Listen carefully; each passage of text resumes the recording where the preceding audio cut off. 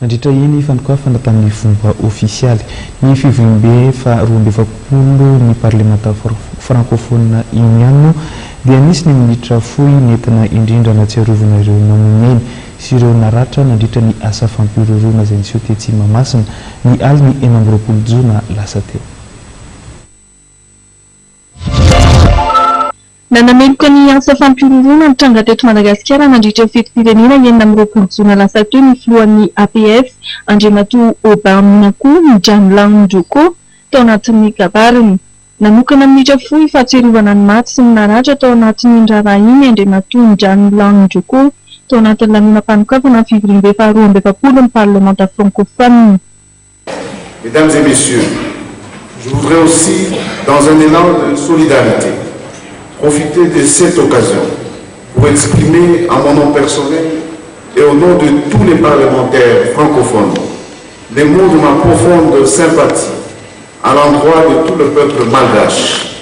En effet, il y a à peine quelques jours, dans un moment qui aurait dû être uniquement celui de la liesse et de l'unité, ce brave peuple qui aujourd'hui nous gratifie de son hospitalité a été frappé par un événement tragique et innommable survenu au stade d'Antananarivo.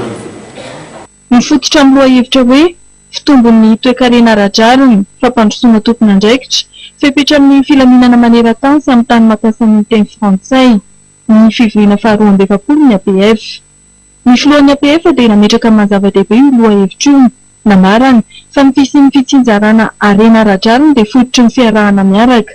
Laza kosa ny filohan'ny antenimieram-pirenena Andriamatoa Rakotomanjy Jean-Max fa tokony ahita ary androso vahaolana ahafahana miady amin'ireo olana lehibe toy ny asa fampiroroana, ny fametrahana ny demokrasia sy ny tanotangalana amin'ny parlementa ao anatin'ny tanin'ny teny frantsay izay nivory eto Antananarivo nanomboka ny 20 jolay teo. Je signe que l'intérêt retrouvé du monde pour Madagascar, avec mes collègues du Sénat et de l'Assemblée nationale de Madagascar, nous en sommes très honorés et à travers nous, tout le peuple malgache que nous représentons.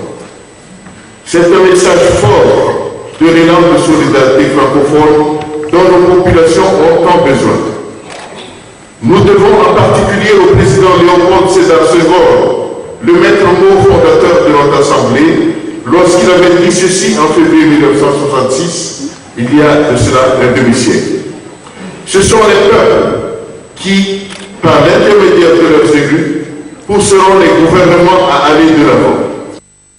Parlementaire telonjato avy amin'ny firenena mpikambana ao anatin'ny vondrony tamin'ny teny frantsay no mandray anjara ao anatin'ity fivoriam-be faha 20 ny APF ity, fivoriana izay tsy farana raha tsy rapitso 20 jolay 2024.